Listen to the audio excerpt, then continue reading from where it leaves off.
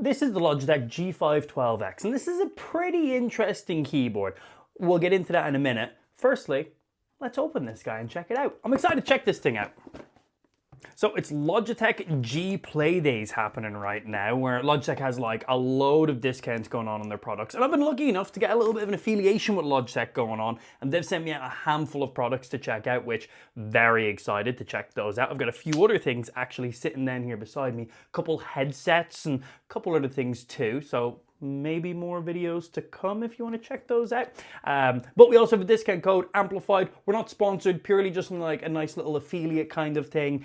This isn't paid for. They just sent me out some products and they just asked for me to do a couple small little videos. They didn't even ask me to do an unboxing or anything like this. This is just something I wanted to do. They were happy with me just like posting a tweet, if I'm being honest. But I think these are some pretty cool products, so I personally just want to check them out. Okay, so this is my first time opening this. I haven't seen this. This is a very interesting keyboard. I'm a big fan of keyboards. I have a Wooting 60HE, the first generation of it myself. Love that keyboard. I have basically customized everything about it. I've probably spent about $400 to $500 on that keyboard with all my modifications. So I am self-proclaimed keyboard enthusiast in there. I don't know who else would have claimed that for you, but I like my keyboards. I like the clackies. I like the customization of it all. So I'm going to be pretty critical about this guy, because this is not a cheap keyboard, but it has a load of features that are just pretty cool, if I'm being honest. Nice packaging. This is soft. This isn't paper. This is a proper stuff here. I don't know what it is. But the main thing, we get stuff in the box. We'll go back to that in a second. I hate when people do unboxing videos and they take out the main product and they put the main product to the side and they show you all the wires and stuff that are in the box. We're going to do it the opposite way around. We're going to straight away look at the main product, and straight out of the gate, this is the 75% keyboard. I personally use a 60% keyboard, which means we don't have the function keys up here. If we want to use function keys on my keyboard, I have to literally use shortcuts with the function button. I definitely don't have these dials. I'm excited to check these out as a person who uses an Elgato Stream Deck and stuff. I do love all the additional tactile features. We do have our up, down, left, rights, which my keyboard does not have. If my keyboard wants to use that, I have to use, once again, shortcuts. And then we have our delete, print, and page up and page down on the side. And I think there's a couple other shortcuts. So this is a little bit bigger of a keyboard than I'm currently used to. Straight out of the gate, solid, zero flex. It is a plastic body. I would love to see a metal body. There is no adjustable feet on the bottom, but there's something really cool that I've seen that I didn't know when this was actually sent to me, but there's something really cool where it does have adjustable feet. We'll get around to that. So straight out of the gate, let's put this guy down. Build quality, honestly, solid. For a plastic body, this is solid. This is premium in there. We have a little pull tab. Let's get rid of you because we don't need that. So straight out of the gate, this is the keyboard, 75%. We'll get a little audio test for you guys.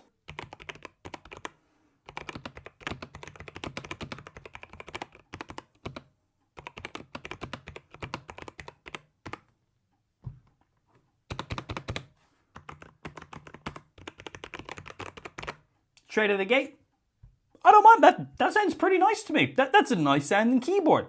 Not as nice sounding as my current keyboard, but there has been hundreds of dollars put into that to make it as nice as possible. But straight out of the gate for consumer, that's not bad. So these key switches come in 2/3 setups. These are the tactile ones. So they've got a little bit of a push to it. They got a little click to them. You're going to push them in a little bit, and then you kind of feel them pop.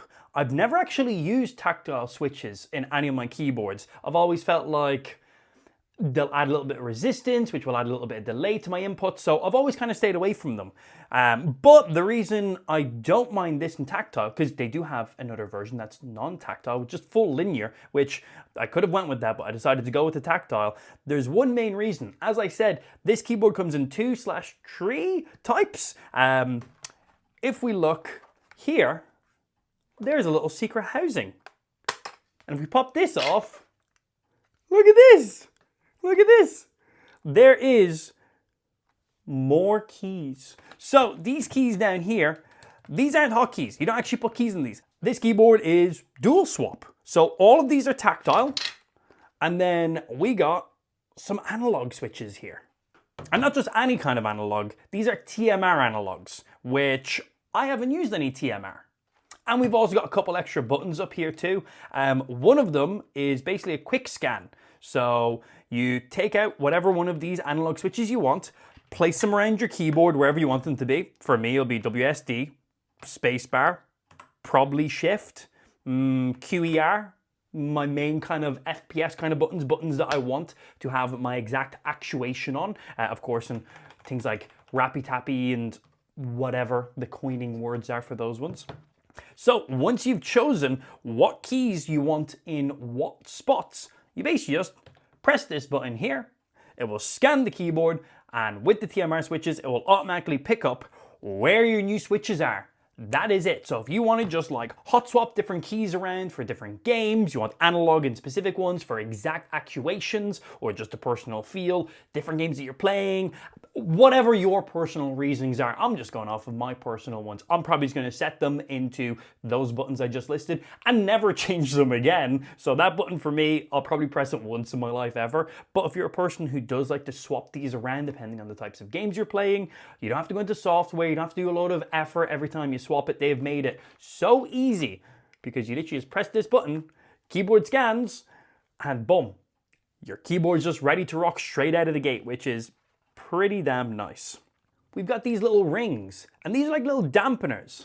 So you can put these things here underneath your key switches to give them kind of a dual input. So I believe these go under the analog switches, and they basically allow your analog switches to have two different input spots. Cool. I personally don't know any scenario where I'm going to use that. There probably is. There's probably some people that are like, that's amazing. I can basically set my W button to now technically be two buttons. I press down a little bit and I hit this little buffer here, and that's one input. I press down the rest of the way with the analog switch, and that is now a secondary button press. Maybe you set it up so when you press your shift in halfway, this will dampen it. That's a walk. You press it in the full way, that's a sprint. One button for both. It's the only thing I can personally think of. Let me know if you can think of any actual use case to have multiple buttons on the one button. Yeah. Future Amp here says I can't think of any scenarios and instantly spits out 2 to 3 scenarios. Anyway, so remember earlier on I was saying that this keyboard doesn't have adjustable feet on the bottom of it, but yet it kind of does. So I've never seen this, and honestly, whoever came up with this, amazing. These are something you've probably seen before. These are just little keycap pullers. Bump, pull them out, you got your keycap very, very easily. Underneath you have your switch. You can hot swap your switches around. Pretty standard. But this keyboard comes, you might see where I'm going with this. This keyboard comes with 2 of these. Why would you need 2? Well, if we flip the keyboard over, these will pop in to your keyboard and be used as your keyboard's feet. Look at that. And that will put your keyboard at the angle you want it to be.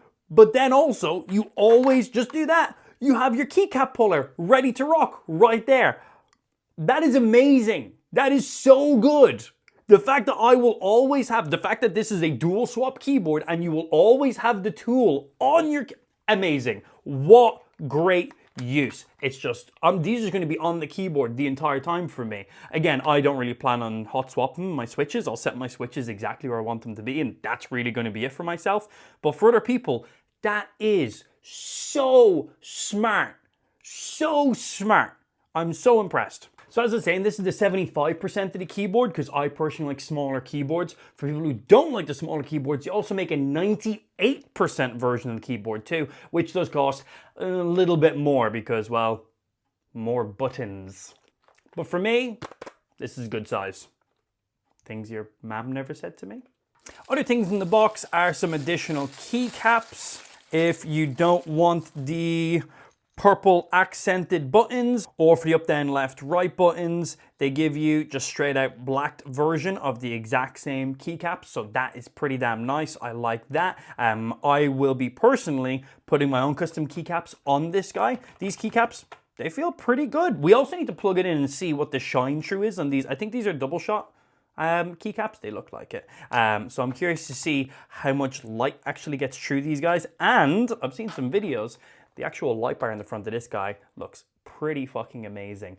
They've even made a wrist rest that is like translucent, transparent, somewhat see-through, where this will actually bleed through the light into the wrist rest and illuminate it that way. So it looks like you've got a fully RGB or whatever colors in between wrist rest you want.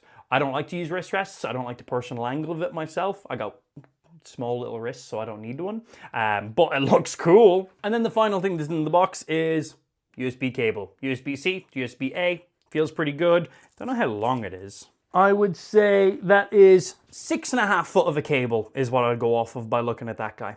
So, all right, so there we have it. That's it plugged in. This is the default RGB colors that it comes in at.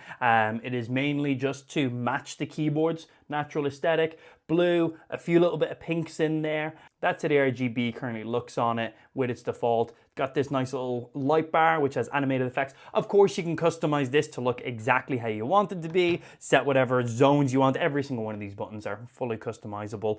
We are obviously in a very well lit environment right now. Turn our main lights off, and then, well, that's that guy looks like right there. Look at that.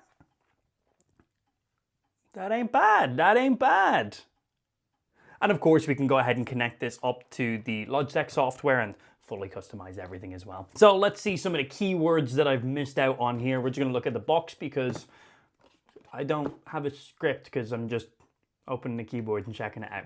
So what do we have here? The Logitech G512X 75% dual swap TMR analog. It's an 8K polling rate keyboard, mechanical dual swap, TMR. Dual swap is compatible with both magnetic analog and mechanical switches in any of the highlighted 39 TMR analog switch beds. So you don't have to use these exact ones. You can use other switches in there. Nice. And then of course in the software we can adjust the exact actuation point. That's the whole point of those analog switches. So we already know all that kind of stuff. What else we got? It of course has rapid trigger, key priority, multiple point actions for the analogs in there for maximum speed, and then 16.8 million colors with their signature light sync RGB, which Logitech has some nice RGB in their keyboards. Anyway, this was just a nice little quick unboxing. This was just my first look at this keyboard. Honestly, build quality is nice. I would like this. It's a pretty expensive keyboard. Yeah, it's coming in at just under $180 for the 75%. And then the 98 version comes in just under the $200. So makes sense, not surprised. Overall, just first looks and feels of the keyboard, I'm pretty impressed with this. I think this is pretty good. I feel like if you're spending this much money on a keyboard, you're just ready to go out of the gate. No real changes needed. I would like if the body wasn't just made out of plastic. It's good. Like there is no flex to this thing. I am just used to well, my keyboard could literally be used as a weapon. Does that make me better at games, or does it make it faster in the slightest? No, it's just nice. But overall, this is a very good keyboard. I'm going to be replacing my primary keyboard and I'm going to be using this guy for an extended period of time because I think this is a really cool piece of tech. I think this is just honestly a really cool piece of tech. So this is going to be my main keyboard for a little while, and then, well, we'll see if this ends up being my only keyboard. Will I swap back to my Wooting keyboard that's been fully customized, or will I stick it out with this guy? Let me know what you think about this keyboard. Would you buy it? What use cases would you have for the dual swap switches and keys in there? You know, what things would you like to know? Would you like a follow-up? Would you like actual, you know, a full review of the keyboard? Because this wasn't a full review. It's my first time touching the keyboard. I can't give a review. Just showing you first unboxing experience. Also, because as I said earlier on in the video, it is Logitech G Play Days. There is not much time left on that, by the way. Logitech has loads of sales going on, 40% discounts on some of their most important products, and then I also have a 5% discount as well, amplified. Links down in the description, check it out. Again, not sponsored, just a little affiliate thing going on for the Logitech Play Days. They've sent me a handful of products. There's been no money passing hands. They literally just wanted me to make some social posts about some of the products they've sent me. They weren't even expecting a video like this. So this is just, I'm not even going to share this with them. I'm just going to post the video. They have also sent me a couple other products. We have Logitech's newest kind of mid-range headset, which I haven't opened yet. It is the G312. Don't make fun of how I say that. Bluetooth. Nice little headset. I think it's like 60 to 80 quid maybe for it. So not, as I said, mid, not cheap, pretty reasonable, affordable headset. And then they've also sent me the other spectrum of it all. They've sent me the Pro X2 Lightspeed. This is like their main big boy outside of like the Astro A50s. So I'm excited to check these guys out as well. So, you want to have you liked this video? Should I unbox more tech products so I can show you the silly things companies send me sometimes, even though I totally don't deserve it and I don't know how to make YouTube videos? Would you like to see me open these?